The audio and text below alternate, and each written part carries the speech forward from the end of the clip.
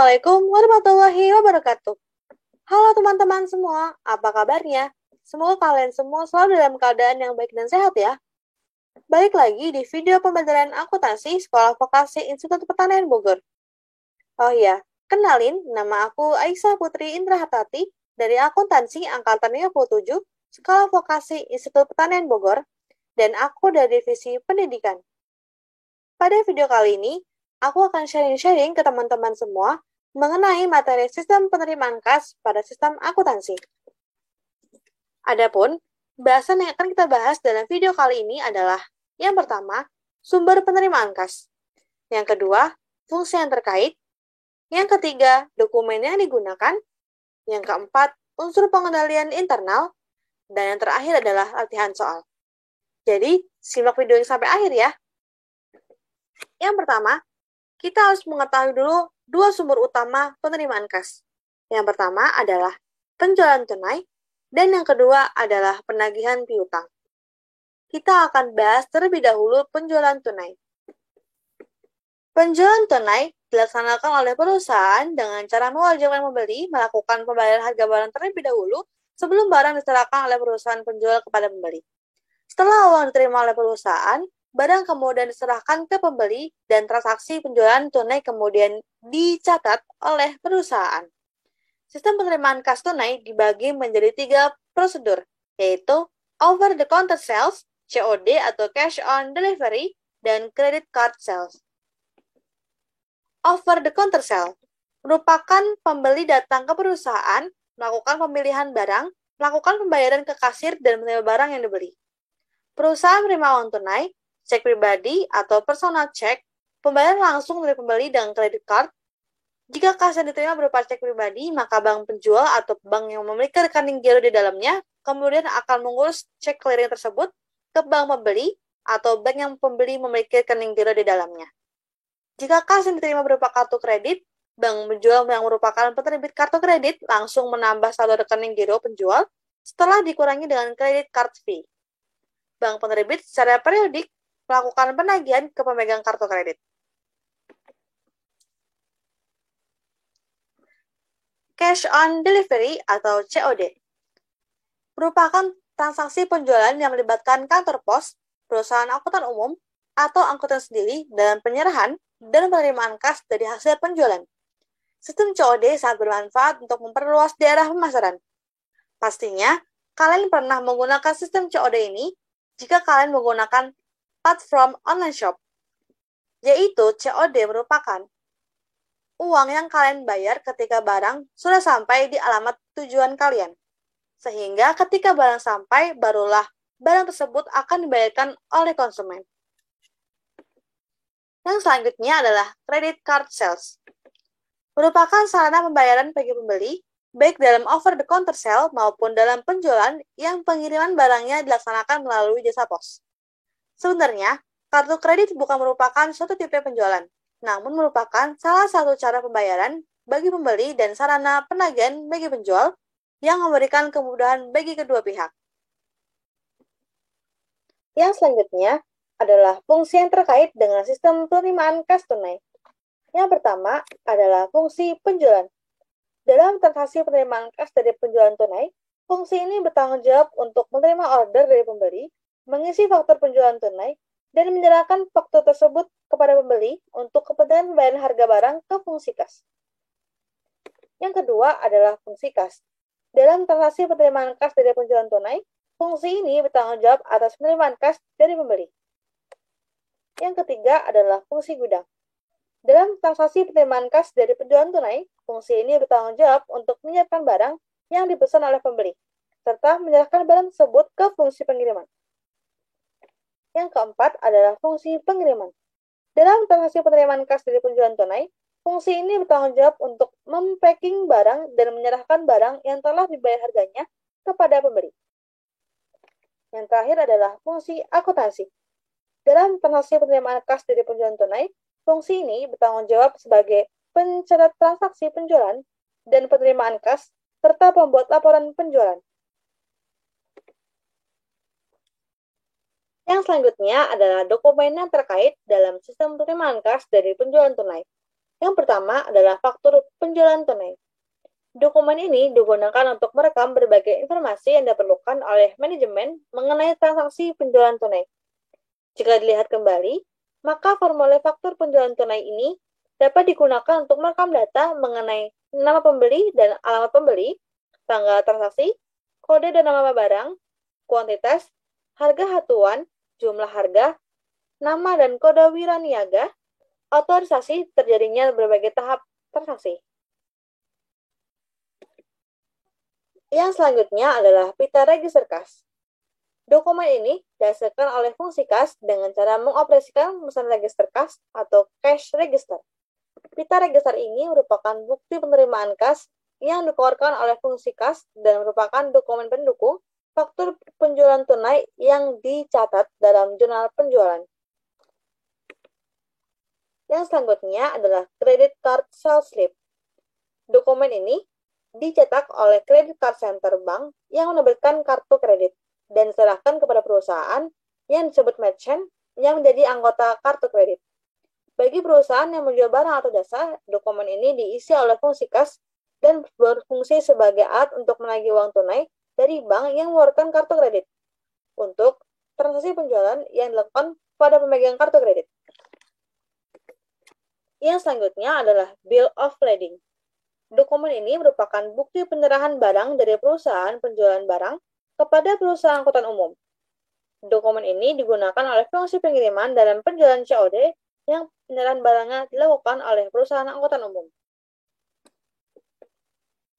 Yang selanjutnya adalah faktur penjualan COD. Dokumen ini digunakan untuk merekam penjualan COD. Tebusan faktur COD diserahkan kepada pelanggan melalui bagian angkutan perusahaan, kantor pos, atau perusahaan angkutan umum, dan dimintakan tanda tangan penerimaan barang dari pelanggan sebagai bukti telah diterimanya barang oleh pelanggan.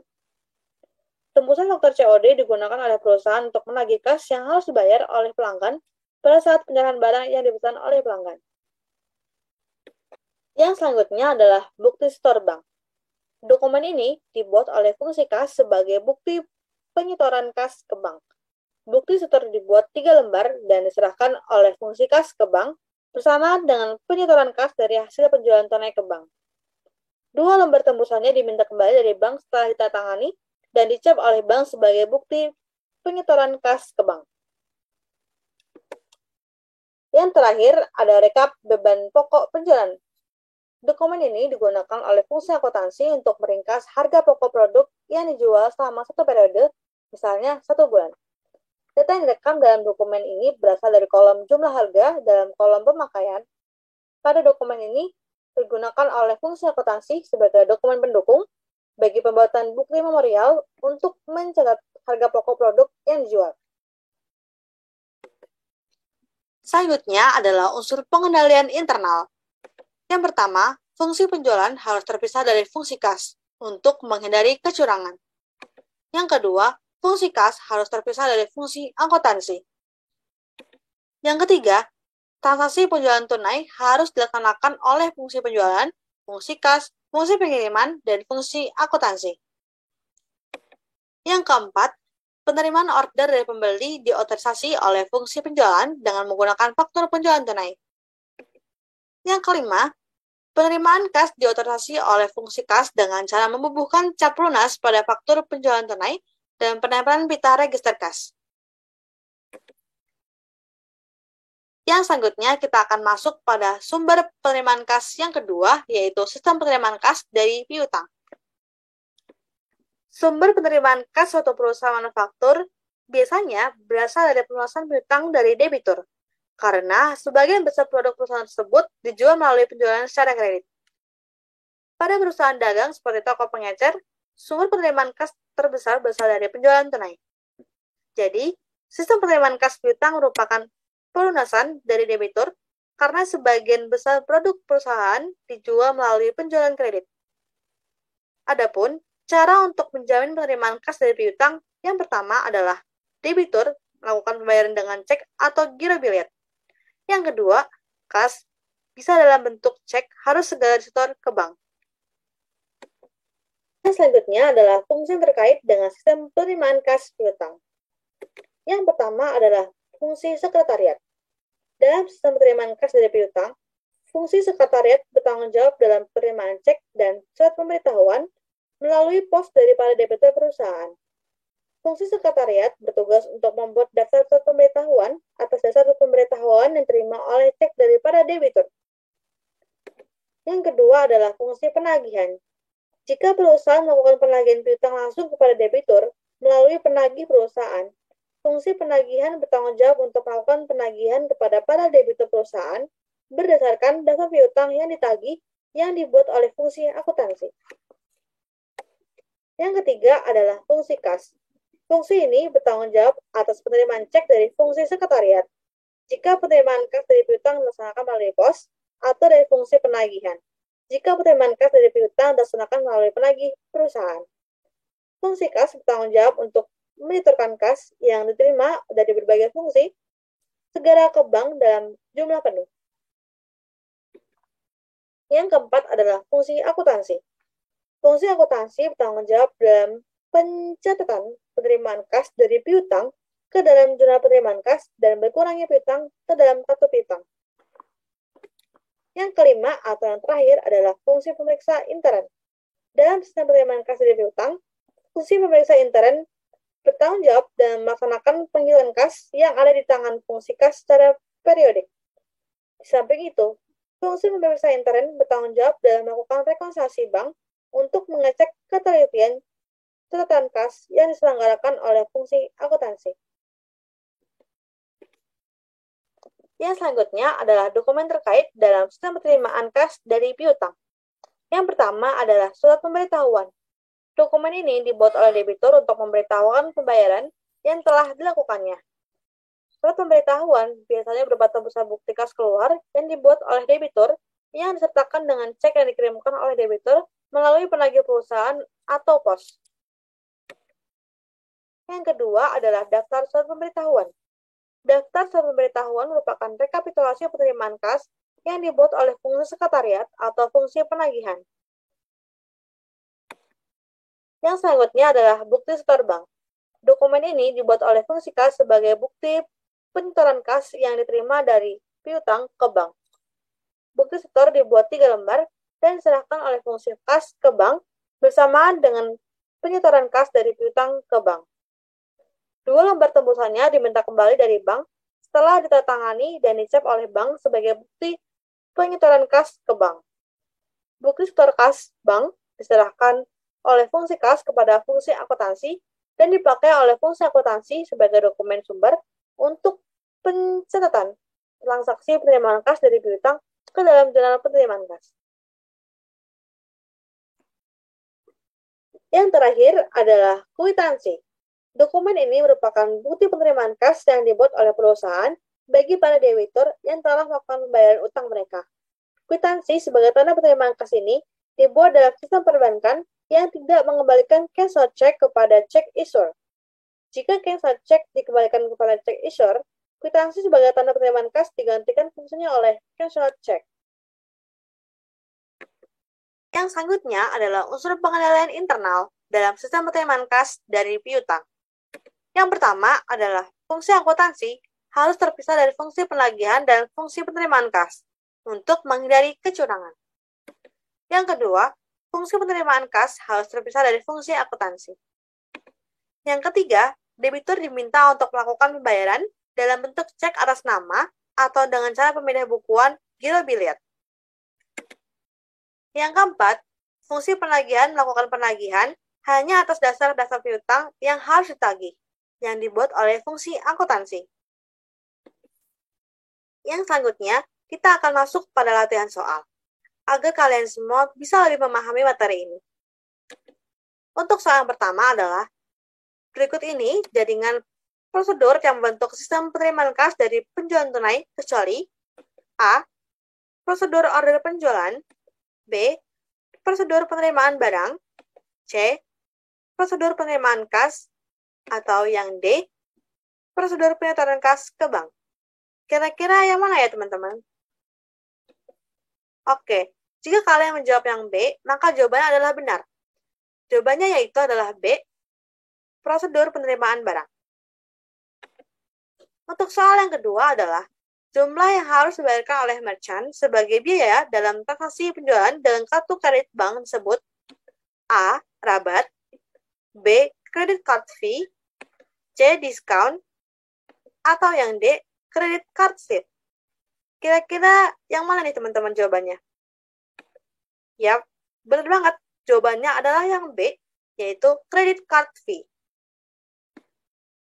Untuk soal yang ketiga adalah credit card sales slip berfungsi sebagai A. Dokumen untuk menagih uang tunai kepada bank penerbit kartu kredit sebesar yang tercantum dalam dokumen tersebut dikurangi dengan credit card fee. B. Dokumen sumber untuk mencatat transaksi penerimaan kas di dalam jurnal penerimaan kas. C. Perintah kepada fungsi kas untuk menerima sejumlah uang sebesar tercantum dalam dokumen tersebut. Atau yang D. Bukti setor bank. Kira-kira apa ya jawabannya? Tadi saat materi aku sempat menjelaskan tentang credit card sales slip. Ada yang masih ingat gak kira-kira jawabannya apa?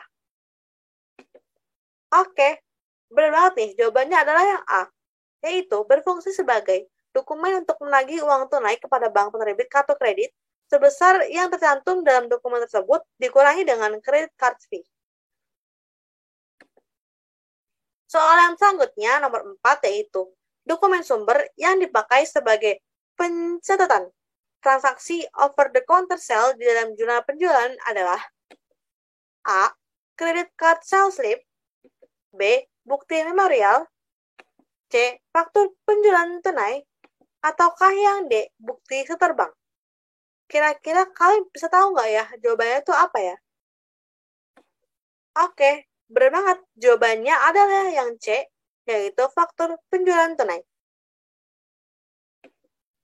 Baiklah, cukup sekian yang bisa aku sharing kepada kalian pada video kali ini. Jika kalian membutuhkan latihan soal lebih lanjut, maka kalian bisa cek link di deskripsi video ini. Terima kasih sudah menonton video ini sampai akhir. Semoga bermanfaat ya. Sampai jumpa di video pembelajaran selanjutnya. Wassalamualaikum warahmatullahi wabarakatuh. Dadah!